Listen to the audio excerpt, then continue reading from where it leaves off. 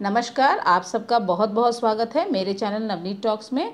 बच्चों, आज हम पाठ बड़े भाई साहब का अंतिम भाग देखने जा रहे हैं। पिछले वीडियो में हम लोगों ने देखा था कि बड़े भाई साहब के स्वभाव में बहुत बदलाव आ गया था। अब वो अपने छोटे भाई को उतना ज़्यादा नहीं डांटते थे जितना कि वो पहले डांटा करते थे, और इस चीज़ का लेखक बहुत अच्छे से फ़ायदा उठा रहे थे। आइए देखते हैं अब लेखक जो है उनकी इस नरमी का और क्या क्या फ़ायदा उठा रहे थे। लेखक का नया शौक। अब यहाँ पर जो लेखक थे उन्होंने एक नया शौक पाल लिया था। अब वो कौन सा शौक था, आइए देखते हैं। कनकौवे उड़ाना। यहाँ कनकौवे का मतलब है पतंग, काइट। तो अब काइट उड़ाने का, पतंग उड़ाने का एक नया शौक उनमें आ गया था। बड़े भाई साहब से छुपकर रोज पतंग उड़ाने चले जाते। अब पतंग उड़ाने का उन्हें ऐसा शौक लगा था कि रोज वो लगभग पतंग उड़ाने के लिए चले जाते थे। एक दिन हॉस्टल से दूर लेखक कटी पतंग लूटने के लिए दौड़ रहे थे। अब यहाँ पर एक दिन हॉस्टल से काफ़ी दूर आसमान में एक कटी हुई पतंग उड़ते उड़ते नीचे आ रही थी, और उस पतंग को लेने के लिए वो उस पतंग के पीछे दौड़ रहे थे। लेखक की नज़र आसमान की तरफ थी। पतंग जो थी वो धीरे धीरे हवा में तैरते हुए नीचे की तरफ आ रही थी, और लेखक जो है लगातार पतंग को आसमान की तरफ देख रहे थे। लेखक के साथ उनके कई मित्र भी उस कटी पतंग को लेना चाहते थे। लेखक के साथ उन्हीं के उम्र के और भी बहुत सारे बच्चे थे। सभी लोग उस पतंग को लूटना चाहते थे, उस पतंग को लेना चाहते थे। अचानक बाजार से लौट रहे बड़े भाई साहब से सामना हो गया। तभी लेखक का सामना अपने बड़े भाई से हो गया, जो कि बाजार से वापस आ रहे थे। छोटे भाई को देखते ही बड़े भाई ने उसका हाथ पकड़ लिया। छोटे भाई को इस तरह से पतंग लूटने के लिए दौड़ते हुए देख करके बड़े भाई को बहुत गुस्सा आया, और बड़े भाई ने छोटे भाई का हाथ वहीं पकड़ लिया। गुस्से से भाई ने लेखक से कहा, और वो गुस्से से भर गए। उन्होंने लेखक को डांटते हुए कहा, इन आवारा लड़कों के साथ पतंग लूटने के लिए दौड़ते तुम्हें शर्म नहीं आती? अब उन्होंने कहा कि ये तो आवारा लड़के हैं, इन्हें पढ़ाई लिखाई से कोई लेना देना नहीं है। इन लड़कों के साथ तुम किस तरह से ऐसे पतंग लूटने के लिए दौड़ सकते हो? क्या तुम्हें इसमें ज़रा भी शर्म नहीं आ रही है? अब तुम 8वीं कक्षा में आ गए हो। अब उन्होंने ये कहा कि अब तुम कोई छोटी कक्षा में नहीं हो, बल्कि 8वीं कक्षा में तुम पढ़ रहे हो। अपनी पोजीशन का भी तो तुम्हें ध्यान रखना चाहिए। तुम किस पोजीशन में हो, किस तरह के घर से तुम संबंध रखते हो, इस चीज़ का भी तुम्हें ध्यान रखना चाहिए। हमारे पिताजी ने हमें यहाँ पढ़ने के लिए भेजा है, और तुम इस तरह से इन आवारा लड़कों के साथ सड़कों में दौड़ करके पतंग लूटने की कोशिश कर रहे हो। ये बिल्कुल गलत बात है। अब इस तरह से बड़े भाई ने लेखक को फिर से डांटना शुरू कर दिया। आइए आगे देखते हैं।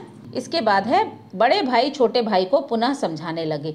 अब बड़े भाई ने फिर से छोटे भाई को समझाने की कोशिश की, तुम बहुत बुद्धिमान हो। अब पिछले कुछ सालों में जो वो कक्षा में थोड़ा बहुत पढ़ करके ही प्रथम आ रहा था, उसे देखते हुए बड़े भाई साहब ने छोटे भाई की तारीफ करते हुए कहा कि मैं जानता हूँ कि तुम बहुत ही बुद्धिमान हो। तुम्हें लगता है कि फेल होने के कारण तुम्हें कुछ भी बोलने का अधिकार मुझे नहीं है। अब यहाँ पर एक और बात वो साफ कर देना चाहते थे कि लेखक के मन में जो ये बात थी कि चूंकि बड़े भाई साहब 2-2 साल लगातार फेल हो चुके थे, तो अब उन्हें छोटे भाई को सुधारने का या डांटने का या कोई भी सलाह देने का कोई भी अधिकार नहीं है। लेकिन ऐसा नहीं था। तुम्हारा ऐसा सोचना बिल्कुल गलत है। उन्होंने साफ साफ कहा कि तुम अगर इस तरह से सोच रहे हो तो तुम बिल्कुल गलत सोच रहे हो। मैं आज भी तुमसे उम्र में 5 साल बड़ा हूँ। भले ही मैं 2 साल एक ही कक्षा में फेल होता रहा हूँ, लेकिन उम्र के मामले में मैं आज भी तुमसे बड़ा हूँ। अब उन्होंने एक और बात लेखक को कही कि हम दोनों चाहे एक ही कक्षा में आ जाएं, या तुम मुझसे आगे ही क्यों ना निकल जाओ। अब बड़े भाई साहब ने यह भी संभावना बता दी कि हो सकता है अगले साल भी मैं फेल हो जाऊं और तुम मेरी ही कक्षा में आ जाओ, और उसके अगले साल हो सकता है फिर से मैं फेल हो जाऊं और तुम मुझसे आगे की कक्षा में निकल जाओ। लेकिन ऐसा होने के बाद भी, तब भी मैं तुमसे बड़ा ही रहूँगा, लेकिन उस वक्त भी मेरी उम्र जो है वो तुमसे बड़ी ही रहेगी। मैं तुम्हारा बड़ा भाई ही रहूँगा। तुम्हें डांटने का अधिकार मुझे था, है और हमेशा रहेगा। अब यहाँ पर जो तुम्हारी जो जिम्मेदारी मेरे ऊपर है, तुम्हें डांटने का जो अधिकार मेरे पास है, बड़े होने के नाते, ज़्यादा अनुभवी होने के नाते, वो मेरे पास अभी भी है, पहले भी था और हमेशा ये अधिकार मेरे पास रहेगा। जीवन का तजुर्बा मुझे तुमसे अधिक है। तुम हमेशा मुझसे छोटे ही रहोगे, और जीवन का जो तजुर्बा है, जीवन का जो अनुभव है, वो मुझे तुमसे हमेशा ज़्यादा रहेगा। इस तरह से छोटे भाई के मन में जो भी गलतफहमी थी वो बड़े भाई ने यहाँ पर दूर कर दी, और उसे अच्छी तरह से समझा दिया कि मैं अगर चुप हूँ तो इसका मतलब ये नहीं है कि मैं अपनी जिम्मेदारी नहीं निभाऊंगा। अगर तुम्हें गलत रास्ते पर जाता हुआ मैं देखूंगा तो मैं तुम्हें ज़रूर डांटूंगा। आइए आगे देखते हैं। लेखक को 8वीं कक्षा का महत्व समझाना। लेखक 8वीं कक्षा में पढ़ते थे और बड़े भाई साहब उन्हें 8वीं कक्षा का क्या महत्व होता है, उसकी पढ़ाई जो है कितनी महत्वपूर्ण है, इस बात को उन्होंने लेखक को समझाना शुरू कर दिया। आइए देखते हैं वो कौन कौन से उदाहरण दे रहे हैं इसे समझाने के लिए। कुछ साल पहले 8वीं पास लोग नायब तहसीलदार बन जाते थे। वो यही कह रहे थे कि 8वीं कक्षा को तुम्हें हंसी खेल में नहीं लेना चाहिए, क्योंकि 8वीं पास लोग जो है नायब तहसीलदार के पोस्ट पर काम कर रहे हैं। नायब और तहसीलदार जो है पुलिस डिपार्टमेंट के पोस्ट हैं। इसके बाद 8वीं पास लोग मजिस्ट्रेट या सुपरिटेंडेंट भी हैं। अब यहाँ पर सिर्फ नायब और तहसीलदार ही नहीं, बल्कि 8वीं पास लोग जो हैं वो मजिस्ट्रेट और सुपरिटेंडेंट के पोस्ट पर भी काम कर रहे हैं। 8वीं पास लोग लीडर और समाचार पत्र के संपादक का काम भी कर रहे हैं। और यहाँ पर 8वीं पास जो लोग हैं वो लीडर बने हुए हैं, देश की बागडोर उनके हाथ में है। बड़े बड़े जो समाचार पत्र हैं उनके संपादक, एडिटर के रूप में भी 8वीं पास लोग काम कर रहे हैं। लेखक भी इस वर्ष 8वीं कक्षा में ही पढ़ रहे हैं और यहाँ पर लेखक इस वर्ष 8वीं कक्षा में ही हैं। तो इस तरह से खेलते कूदते यदि लेखक अपना समय बर्बाद करेंगे तो 8वीं कक्षा में पास होना उनके लिए बहुत ही कठिन हो जाएगा। लेखक पढ़ने की बजाय आवारा लड़कों के साथ पतंग झपटने के लिए दौड़ रहे हैं। अब लेखक को इस तरह से आवारा लड़कों के साथ पतंग लूटने के लिए दौड़ते हुए देख करके बड़े भाई साहब उन्हें पूरी तरह से समझाने की कोशिश कर रहे हैं। तो आइए देखते हैं आगे। अब बड़े भाई साहब जो हैं अपने घर में या अपने आसपास जो बुजुर्ग लोग हैं, जो बूढ़े लोग हैं, उनके अनुभव का उदाहरण भी छोटे भाई को दे रहे हैं। वो कौन कौन से उदाहरण हैं? केवल किताबें पढ़ने से जीवन का तजुर्बा नहीं आता। उन्होंने एक बात ये भी कही है कि सिर्फ किताब पढ़ते रहने से, रटते रहने से जीवन का अनुभव तुम्हें नहीं मिल सकता। दुनिया देखने से अनुभव आता है। जब हम दुनिया देखते हैं, दुनिया के लोगों से मिलते हैं, अपने आसपास क्या कुछ घट रहा है उसे हम देखते हैं, तो हमें अनुभव प्राप्त होता है।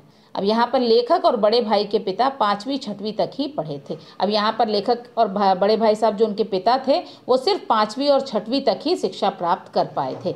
उनकी माताजी अनपढ़ थी, लेकिन जो माँ थी उन्होंने तो बिल्कुल पढ़ाई लिखाई नहीं की थी, वो बिल्कुल अनपढ़ थी। माता पिता दोनों को हमें सुधारने का पूरा अधिकार है। अब यहाँ पर माता पिता के इतना कम पढ़े लिखे होने पर ऐसा नहीं है कि वो हमें सुधार नहीं सकते, उन्हें हमें सुधारने का पूरा अधिकार प्राप्त है। इसलिए नहीं कि वे हमारे जन्मदाता हैं, इसलिए बिल्कुल भी नहीं कि वो उन्होंने हमें जन्म दिया है, बल्कि इसलिए क्योंकि उन्हें दुनिया का अधिक तजुर्बा है, बल्कि इसलिए कि उन्होंने हमसे ज़्यादा दुनिया देखी है, उन्हें दुनिया का ज़्यादा अनुभव है। भले ही उन्हें किताबी ज्ञान नहीं है, लेकिन जीवन का बहुत अनुभव है। उन्होंने भले ही मोटी मोटी किताबें ना पढ़ी हों, भले ही उन्हें गणित और अंग्रेजी का ज्ञान ना हो, लेकिन जीवन का उन्हें बहुत ज़्यादा अनुभव है। इस तरह से वो अपने बुजुर्ग जो हैं उनका उदाहरण अपने छोटे भाई को दे रहे हैं। आइए आगे देखते हैं। अब यहाँ पर आगे है बुजुर्गों के जीवन के अनुभव का उदाहरण। अब यहाँ पर जो बुजुर्ग हैं उन्हें जीवन का किस तरह का अनुभव है, ये कुछ उदाहरण दे करके बड़े भाई साहब समझा रहे हैं। बड़े भाई लेखक से कहते हैं कि यदि आज मैं बीमार हो जाऊं। अब बड़े भाई एक स्थिति, एक सिचुएशन के बारे में बात कर रहे हैं। यदि ऐसा हो कि आज मैं बीमार हो जाऊं, तुम मेरी हालत देखकर डर जाओगे। तुम यहाँ पर मेरे पास हो और तुम जब मुझे इस अवस्था में देखोगे तो तुम बिल्कुल डर जाओगे। तुम स्वयं कुछ नहीं कर पाओगे। इस स्थिति में तुम बिल्कुल सोच नहीं पाओगे कि आखिर क्या करना है, तुम कुछ भी नहीं कर पाओगे। तुम फौरन पिताजी को तार भेजोगे। तार का मतलब होता है टेलीग्राम। पहले के ज़माने में जल्दी से जल्दी संदेश भेजने के लिए टेलीग्राम का प्रयोग किया जाता था। तो यहाँ पर लेखक कह रहे हैं कि तुम जल्दी से जल्दी पिताजी को सिर्फ एक टेलीग्राम भेज पाओगे, इसके अलावा तुम कोई भी काम नहीं कर पाओगे, ताकि वे आकर यहाँ की स्थिति को संभाल लें। और तुम्हें अच्छे से पता है कि पिताजी इतने अनुभवी हैं कि वो आकर के यहाँ की स्थिति को संभाल लेंगे, इसीलिए तुम उन्हें तार दे करके यहाँ बुला लोगे। इस स्थिति में यदि तुम्हारी जगह पिताजी यहाँ होंगे तो वे किसी की भी मदद नहीं लेंगे, लेकिन यहाँ पर यदि मैं बीमार हो जाऊँ और तुम्हारी जगह यहाँ पिताजी होंगे तो शायद वो किसी को भी तार दे करके यहाँ पर नहीं बुलाएंगे, ना ही किसी की मदद लेंगे। वे ना तो किसी को तार देंगे ना घबराएंगे। वो किसी को तार भी नहीं भेजेंगे और ना ही तुम्हारी तरह घबराएंगे। पहले स्वयं बीमारी को पहचानकर घरेलू इलाज करेंगे। पहले बीमारी को देखते हुए वो कुछ न कुछ घरेलू इलाज यहाँ करेंगे। यदि उससे बात ना बनी तो किसी डॉक्टर को बुलाएंगे। अगर उससे बात नहीं बनती है, अगर मेरी तबीयत और ज़्यादा ख़राब हो जाती है, तब वो किसी डॉक्टर को यहाँ बुला लाएंगे। हम दोनों तो इतने अनुभवहीन हैं कि हमें यह भी नहीं पता कि महीने भर का खर्च कैसे चलता है। बड़े भाई साहब फिर अपने छोटे भाई को समझाते हुए कहते हैं कि हम तो इतने अनुभवहीन हैं कि हमें तो ये भी नहीं पता कि पिताजी के द्वारा भेजे गए पैसों में पूरे महीने का खर्च कैसे चला पाएँ। तो इस तरह से बुजुर्गों के जीवन और उनके अनुभव का उदाहरण बड़े भाई साहब छोटे भाई को दे रहे हैं। आइए आगे देखते हैं। इसके बाद वो अपने पिता के बारे में कहते हैं, पिताजी हमारे खर्च के लिए पैसे भेजते हैं। वो पिताजी ही हैं जो कि हमारी पढ़ाई लिखाई सब चीज़ का खर्चा उठा रहे हैं और हर महीने हमें पैसे भेजते हैं। यह पैसा महीना खत्म होने से पहले ही खत्म हो जाता है। जो भी पिताजी हमें पैसे भेजते हैं उल्टी सीधी चीज़ों में खर्च करने के कारण ये जो पैसा है वो महीना खत्म होने से पहले ही खत्म हो जाता है। फिर हम नाश्ते, धोबी, नाई आदि पर पैसे खर्च नहीं कर पाते। उसके बाद जो हमारे डेली के जो खर्चे होते हैं, रोज़मर्रा के खर्चे होते हैं, जैसे धोबी जिसे हम कपड़े धोने के लिए देते हैं, नाई बाल वगैरह कटवाने के खर्चे, और साथ ही साथ और भी छोटे मोटे जो खर्चे हैं उन खर्चों को हमें काटना पड़ता है। हम उन चीज़ों में खर्च करने के लिए हमारे पास पैसे ही नहीं बचते हैं। पिताजी कम पैसे में भी पूरे परिवार का खर्च चलाते हैं, लेकिन पिताजी हैं जो कि कम पैसों में इतना बड़ा हमारा परिवार है उस पूरे परिवार का खर्च वो चला लेते हैं। इसका कारण उनके जीवन का अनुभव ही है और ये सब सिर्फ उनके जीवन के अनुभव के कारण ही संभव है। यहाँ पर बड़े भाई साहब जो हैं वो एक और बुजुर्ग हैं उनका उदाहरण दे रहे हैं। अब वो कौन है? हेड मास्टर जी की माँ का उदाहरण। जिस विद्यालय में वो पढ़ते हैं वहाँ के जो हेड मास्टर हैं उनकी माँ का उदाहरण वो दे रहे हैं। अब हेड मास्टर की माँ जो है स्वाभाविक है वो भी बुजुर्ग होंगी, तो इनका क्या उदाहरण दिया गया है आइए देखते हैं। हेड मास्टर महीने का 1000 रुपये कमाते हैं। अब हेड मास्टर जो हैं 1000 रुपये महीना कमाते हैं। उस वक्त के लिए 1000 रुपये की जो रकम है वो काफ़ी बड़ी रकम हुआ करती थी। ऑक्सफोर्ड से एमए की डिग्री ली थी और हेडमास्टर जो हैं वो विदेश से पढ़ करके आए थे। ऑक्सफोर्ड जो यूनिवर्सिटी है वहाँ से उन्होंने एमए की डिग्री हासिल की थी। 1000 रुपये में महीने का खर्च नहीं चला पाते, लेकिन वो इतने अनुभवहीन हैं, उन्हें बिल्कुल भी पैसों को किस तरह से खर्च किया जाए इस चीज़ का उन्हें बिल्कुल अनुभव नहीं है और 1000 रुपये में भी वो अपने महीने का खर्च नहीं चला पा रहे थे। जब से उनके घर के खर्चे का इंतज़ाम बूढ़ी माँ करने लगी, लेकिन जब से उनकी बूढ़ी माँ उनके घर में आई और उन्होंने सारे घर के खर्च का इंतज़ाम जो है करना शुरू कर दिया, घर में जैसे लक्ष्मी आ गई हो। घर में ऐसा लगने लगा जैसे कि लक्ष्मी आ गई हो। पूरे महीने का खर्च भी वो बहुत अच्छे से चला लेती थी, साथ ही साथ वो कुछ न कुछ बचत भी कर लेती थी। और यहाँ पर जो मास्टर जी थे वो महीने भर भी खर्च नहीं चला पाते थे और कर्ज में डूब गए थे। दूसरों से उन्हें कर्ज लेना पड़ रहा था घर के खर्चे पूरे करने के लिए। घर के खर्च की पूरी जिम्मेदारी माँ ने अपने हाथ में ले ली। अब यहाँ पर स्थिति यह है कि हेडमास्टर जो भी वो महीने में कमाते हैं वो सारा पैसा वो अपनी माँ के हाथों में दे देते हैं और पूरे घर की खर्च की जिम्मेदारी जो बूढ़ी माँ है उन्होंने अपने हाथ में ले लिया है। अब ये जो चीज़ें हैं ये जीवन में अनुभव से ही आती हैं। अब इस तरह से बड़े बुजुर्ग जो हैं उनका उदाहरण देने के बाद बड़े भाई छोटे भाई को घमंड ना करने की नसीहत देते हैं। अब यहाँ पर वो यही एडवाइस करते हैं, यही नसीहत देते हैं, सलाह देते हैं कि तुम्हें घमंड नहीं करना चाहिए।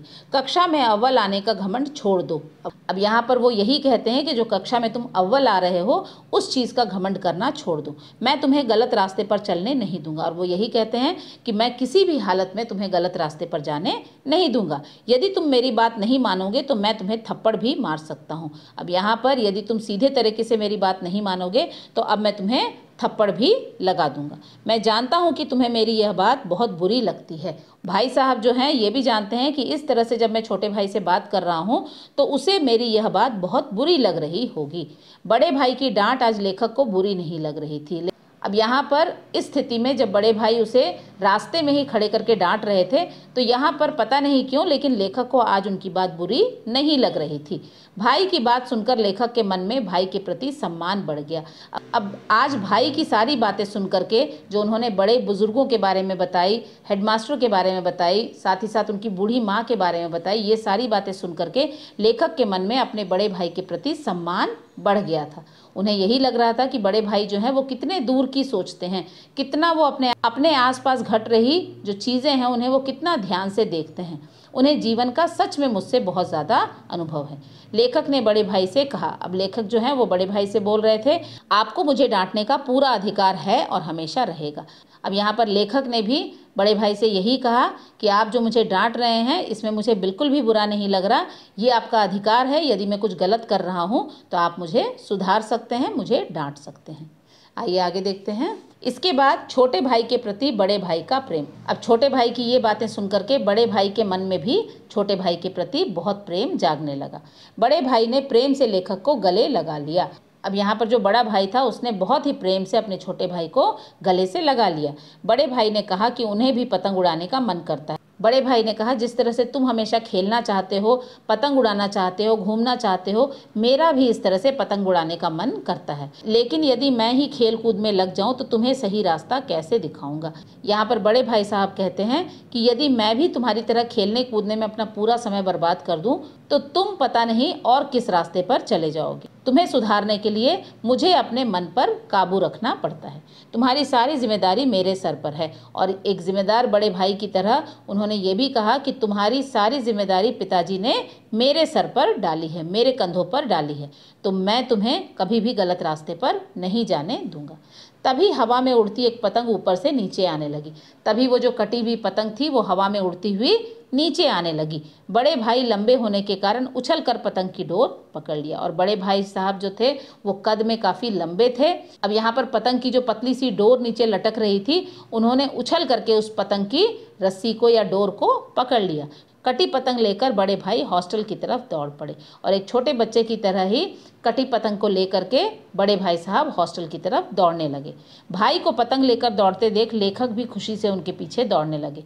लेखक ने कभी भी भाई का ये रूप नहीं देखा था और अचानक से भाई को पतंग लेकर के हॉस्टल की तरफ दौड़ते देख करके लेखक बहुत खुश हुए और वो भी उनके पीछे पीछे खुशी से दौड़ने लगे। तो बच्चों, इस तरह से पाठ 1 बड़े भाई साहब का ये चौथा और अंतिम भाग भी खत्म होता है। मुझे आशा है कि इस फ्लो चार्ट की सहायता से आप इस पाठ को अच्छे से समझ पाए होंगे। फ्लो चार्ट बनाते समय मैंने छोटी से छोटी घटना का भी ध्यान रखा है। कोई भी ऐसी सिचुएशन नहीं है जो कि छूट गई हो और इस फ्लो चार्ट की सहायता से ही आप बड़े भाई साहब के प्रश्नों के उत्तर भी लिख पाएंगे। तो फिर मिलते हैं एक अगले वीडियो में। तब तक के लिए अपना ध्यान रखें। धन्यवाद।